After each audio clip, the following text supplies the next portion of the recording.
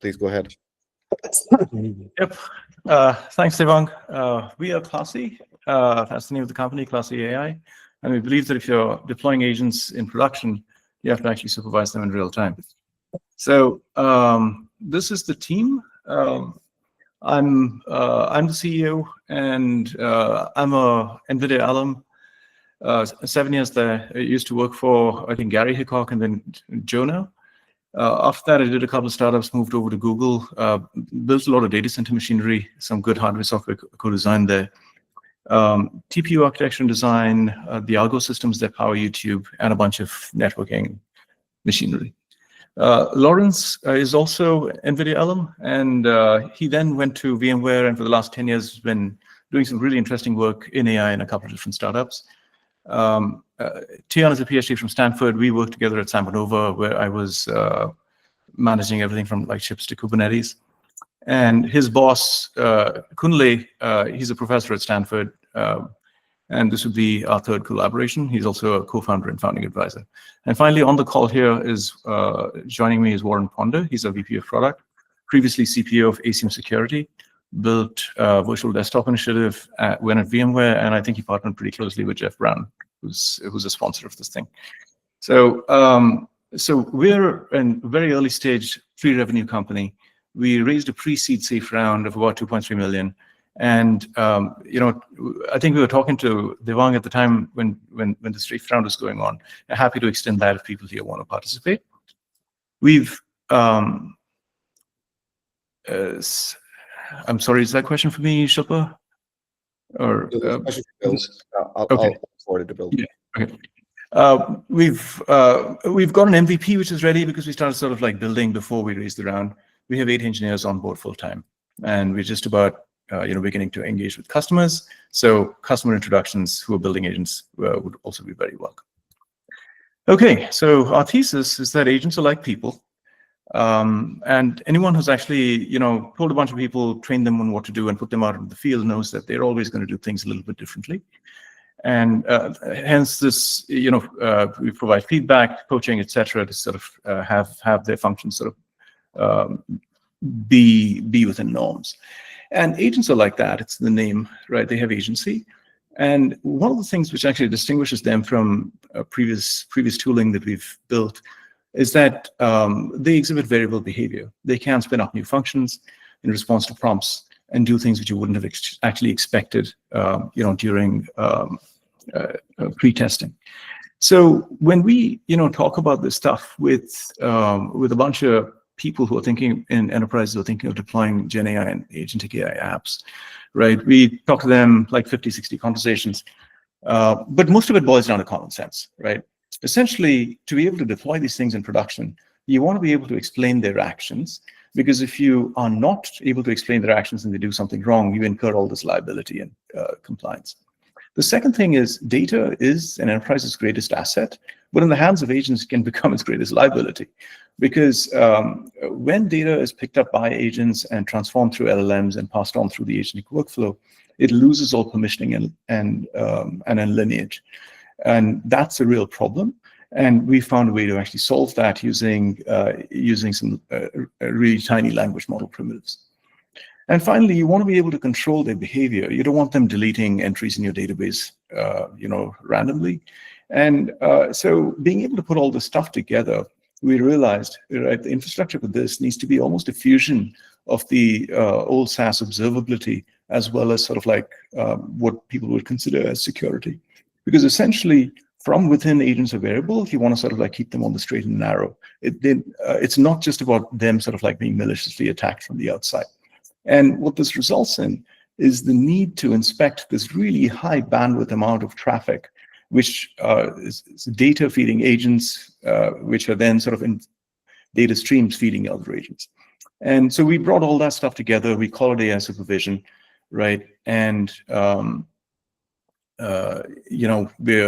we sort of put it together to sort of say we're able to observe, analyze, explain, secure, and thereby govern your AI fleet. And we do this through a system which uses hierarchical ML. That's our product. We call it Classie ObSec, and it provides visibility and control to supervise agents in the fleet or Gen AI applications in the fleet. We've taken the care to actually build this thing in a way which is like framework and model agnostic. Like there's a plethora of frameworks out there, whether it's Google's ADK or OpenAI frameworks or whatever, Crew and Pydantic and all that stuff. We don't really care which framework you use or which models are used. We're able to interpret and understand, what they're doing, so that we can deliver value through these product tiers. We've got 3 product tiers. The first one is to be able to detect what's running, be able to discover once you've detected it, what it's connected to, what the internal structure is. This gives you your AI posture. It's a static analysis almost, right? Then we go into phase 2, where dynamic behavior of the agents as users access agents which access data. That's the trifecta, the triangle that is hardest to actually figure out, and we've been able to figure that out. And once you have this understanding and you've had the discovery, the next step is to sort of set up the policies in a way that you can actually customize systems for your enterprise's and unique needs, and be able to secure and govern.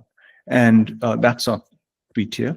And the way we've sort of built this out, right, for the agentic age or the AI age, right, it's massive amounts of bandwidth, massive amounts of traffic, data being generated, etc. Automation is the name of the game, right? So in stage 1, we have a sensor network, which is distributed as infrastructure. In tier 2, we have our inference network, which does the analysis and explanations. And number 3 is customizing happens through our training structure. So, the supervisory infrastructure, right, has to be effective, but it also has to be deterministic, fast, and low overhead. It has to be cost effective.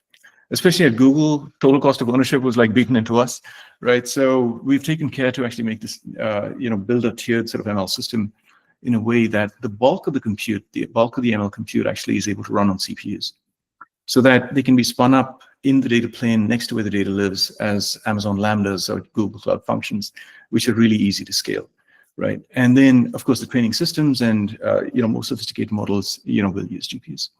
But ultimately, what happens is that we can be deployed close to where the data is, so the data privacy is maintained and there's no exfiltration. This is something that especially enterprises love a lot, and we're very flexible, whether deployed on-prem or as SaaS. So now let's just take a quick walkthrough, right, of how an operator or an SRE or their boss would actually use a system, right? So imagine they got an edict from the C-suite saying, hey, we need to figure out what's going on in the enterprise, what's running, how do we operationalize the stuff that we have, where's the money being spent? Well, you start by actually detecting. So this is an example, don't bother reading the chart, but it's an example where, a Google Doc, right, which a user is using sort of makes a request to Gemini on the back end. We're able to detect that, and we're able to do this for multiple different applications and compile an inventory of actually what's going on. Same with agents. If there are agents running either locally or in different Kubernetes clusters across the organization, our sensors distributed as Kubernetes infrastructure detect and compile an inventory of what it is, who built it, how it's actually changing over time with versions. But you can imagine, once you have this inventory, right, the next thing this poor SRE is going to be doing is, what should I be worried about, right? A list isn't enough. And this is the cool part, right? We can actually explode the agent view from the inside, so that we're able to tell, right, without any developer intervention, no action needed, we're able to tell, the guts of the agent system, what's connected to what, which models do they use, what are the instructions provided to every agent, and which data repos, webhooks, etc. does it all talk to? And this gives you sort of the posture, right? So now at this point, the SRE is okay, I got the map. I wish I could actually see dynamically what's going on. And you can imagine that if you get a query from a user on the left-hand side, it's actually going to propagate through the orchestrator, go to the sub-agents, go touch the tools, touch the data, fetch a bunch of stuff, and eventually return a result, right? But how do you know what happened? Was there a problem anywhere? Well, it's really hard to do unless you actually build this global causal order of all transactions which happen in a multi-agent system. And this is something that we're able to do because we wrap the agent system in the place where it's running through the infrastructure that we provide. And so what you see over here is like, a sequence of operations which happen across the orchestrator, the RAG agent, etc. in this example, where, any particular step, we basically have the input, the output. All of the stuff is tagged and bagged at source. So you're not forensically putting it together, stitching it together out of Datadog, right? This sort of like arrives tagged and bagged. It sort of, is sort of put together in this causal way. And then you can actually generate a sort of real-time explanation of what it actually did in a way which is possible for this SRE person to just look at and say, okay, fine, I get the idea of what's going on. But that's not all, because now that we have the data, you can actually mine it. You can look not just for PI and PHI, but topical relevance, sensitive information, IP, contracts, things like that, and build sort of like heat maps of policies versus what's happening in the agent system. And when you accumulate it over time, right, what this gives you is a view of AI activity of that agent system with any spikes which tend to happen with certain types of activity. And this allows the SRE to say, okay, I've got to do something about this. And all the information for them to actually drill all the way down to individual detector events is actually, all sort of like collated and available, along with various accelerators like the Tracy, summarization agent, and false positive filters, and all of these things that you actually, have to build. So now that that's done, tailoring custom policies through natural language is also something that we do. It allows the system to be customized, and this is the essence of our training system, which we've employed this technique that we've sort of like put together using a bunch of different things called self-learning with human feedback. And what this allows you to do is to sort of like inline have the security pipeline to block and tackle, to prevent specific bits of data from being fed to the LLM or particular agent actions from actually taking effect. And that allows you to sort of monitor and govern. You get a console with all the different agents, the activity, risk levels, the knowledge sources these things are hitting, the user base, right? And who's the most active user, all of this stuff, right? And, finally, be quick, I think, just about the market. Early this year, everyone was like worried, they didn't know what was going on, and it's like, is it going to happen? Is it not going to happen? 6 months, huge sea change, right? The market size, there's a bunch of analysts says it's 10 billion or whatever, right? But it's big. But the market timing, I think, which is probably arguably more important, there's a lot of traction now, right? People I talk to are building, and they sort of like have KPIs attached. So we think, especially in 26 and 27, as we sort of like build into this market, the timing's going to be great. And, that's it. We just enable infrastructure, which allows people to deploy their agents and Gen AI apps with confidence. Look us up on www.classie.ai. Happy to take any questions. Phenomenal. Thanks, Poonacha. That was really, really helpful. Just one question. Let me do one quick thing in terms of housekeeping. So I've shared some next steps in chat in case you need to hop off. If you can hang on for a little bit, let's go through a few questions. Poonacha, just one, as people are leaving, any asks for this group? I know you made the ask up top, but what other asks you have? And you also mentioned about your round, so maybe you can make that again. Yeah, we just did a pre-seed safe just to get things going once we had conviction. And it's a small safe of about $2.5 million. So if you guys want to put something together through NV Angels, we'd be delighted. Also, we're looking for people who want to engage with us, who are deploying agents. And if you know of companies who are sort of facing the problem of how to operationalize, we'd love to be hooked up with them. Great. Yep.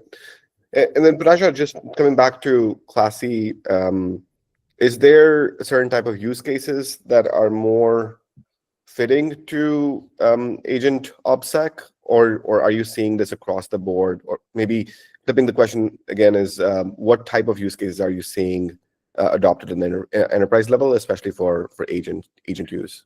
Across the board, we actually see, for example, for healthcare, there's actually quite a lot, right, going on, where healthcare records have to be sort of like summarized. Healthcare notes especially need to be sort of understood. All of those things actually have privacy concerns which need to be maintained. Also, there's tons of, as everybody would have known from, Greenforce and all of the automation guys, right? They're sort of turning their service offerings, like what ServiceNow does and stuff like that, and robotic process automation, to these more sort of like simpler workflow automation cases where it's not necessarily full autonomy, right? When we sometimes talk about agents, we think about fully autonomous agents, which can orchestrate, figure out, but there's a whole bunch of like more sort of like simpler use cases which are now forming the bulk, right? But they also all have data privacy, data explanations, all of the same concerns which I talked about earlier on. So I think that's the workflow agents are basically where I think the adoption is already there and is pretty strong. The autonomy is coming up actually as we speak. Gotcha. And then I know this might be a little premature, but any inkling about how you would want to go charge for Classie? Yeah, so we've actually done some, test pricing, right? And then the really nice thing is that a sensor network, which is basically detect and discover, we can actually have a teaser price which comes in. And even over there, we've seen that, it's actually charged per user, which is actually pretty nice in companies of 1,000 or more, right? That makes the revenue pretty decent. And then we then think the analyze and explain and secure and govern pieces, which are added on, incrementally will be able to do like command much higher valuations.